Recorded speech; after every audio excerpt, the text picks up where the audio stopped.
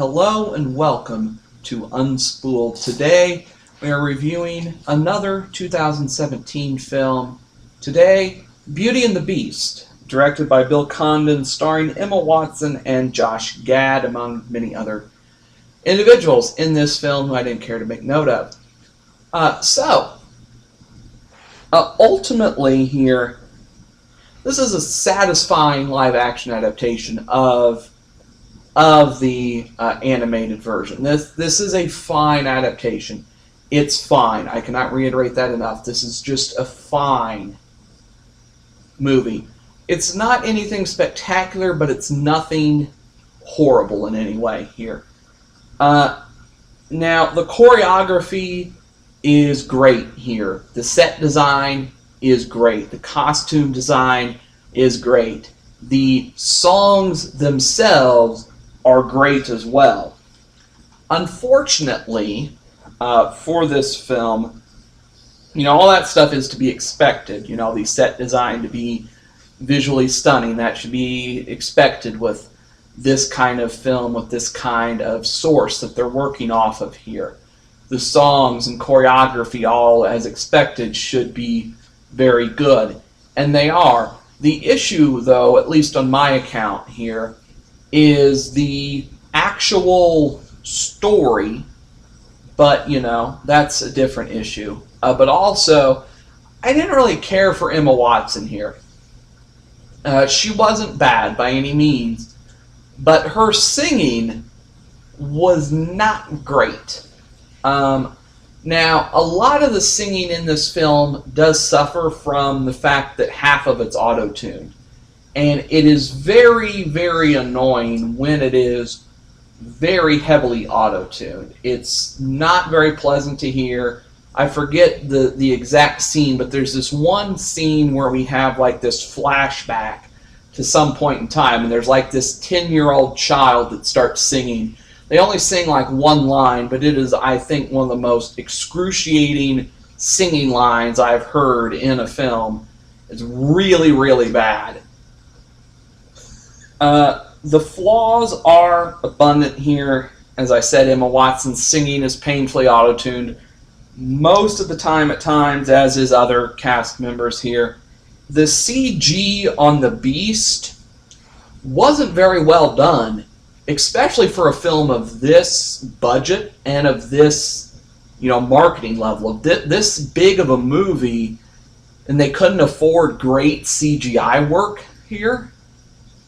I don't really get that. Like, you knew you were going to make hundreds of millions here with this film. Even if it was one of the most horrid things ever made, it was still going to get at least a couple $100 million for you here, Disney. But you couldn't afford to do great CG work on this Beast character.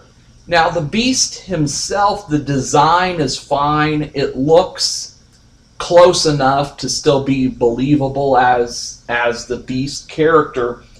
Unfortunately, especially during the ballroom dance scene between him and Belle, you really notice the clunky and weird nature of the CG, just how poor it is done with the movement of the Beast during this dance scene. And that's very distracting at times then. Now, ultimately, this movie also, to me, felt, this is again one of the few times I'll say this, I said this for Wonder Woman and I'll say it here, that this is a bit too long to me as well.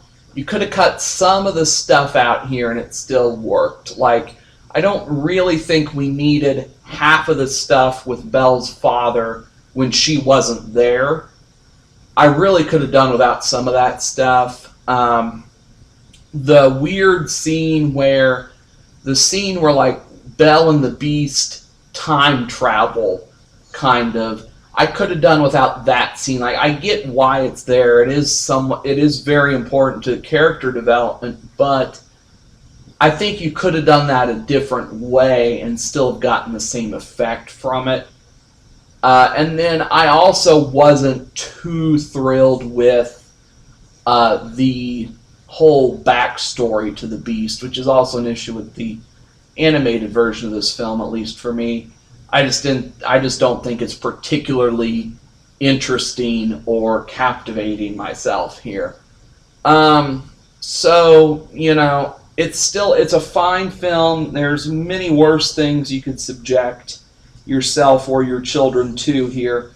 But it's not anything spectacular, anything I'm probably ever going to watch again here. So I gave it a 78%.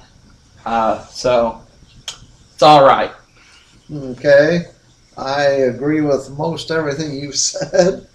Honestly, watch the 1991 version if you're going to watch a version, because it beats this one hands down. I mean, this isn't a terrible movie by any stretch. It's just, it isn't all that great either. I mean, they're given the story. Mm-hmm. It's a great story, and you just have to get actors and do some really decent CGI work, and get actors that can sing. I thought it was a good idea to do live action, but it is a great ideal. Mm-hmm. It just wasn't pulled off in this movie. Many of the actors to me just phoned in their performances. And I'm wondering if it's because most of their screen time was in front of a green screen, and they just well, there's a monster here, and I'm supposed to pretend there's a monster, so and it's so kind of hokey some places. As you said, the Beast is in spots. Boy, he's just not very. The CGI is just sad. And the wolves. There's a couple scenes with wolves, and those are really horrible CGI. So I looked it up here because I wanted to see something. Well, this is the same director, Bill Condon. He did a couple of the Twilight sequels, Mm-hmm. where the wolves, and those were not done very. So maybe he has a problem doing wolves, or he hired the same team, or I don't know what it was, but. I would doubt it, because at least from what I recall of the Twilight movies, all the visual effects are pretty good there. Not in the later ones, I didn't think. But as I recall from the snippets I've seen, that it's pretty well done there. Okay.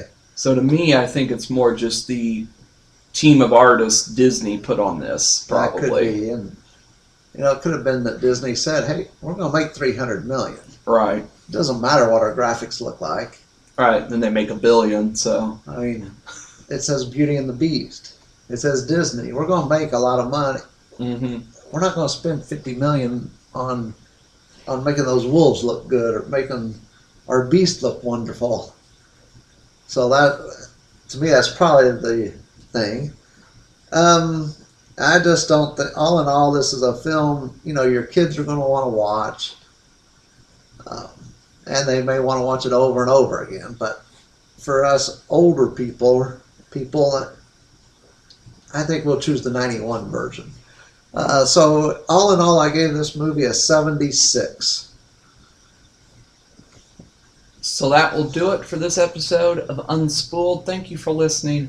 I hope you enjoyed. If you did, make sure to subscribe to the channel for more great content like this. And until the next episode, goodbye.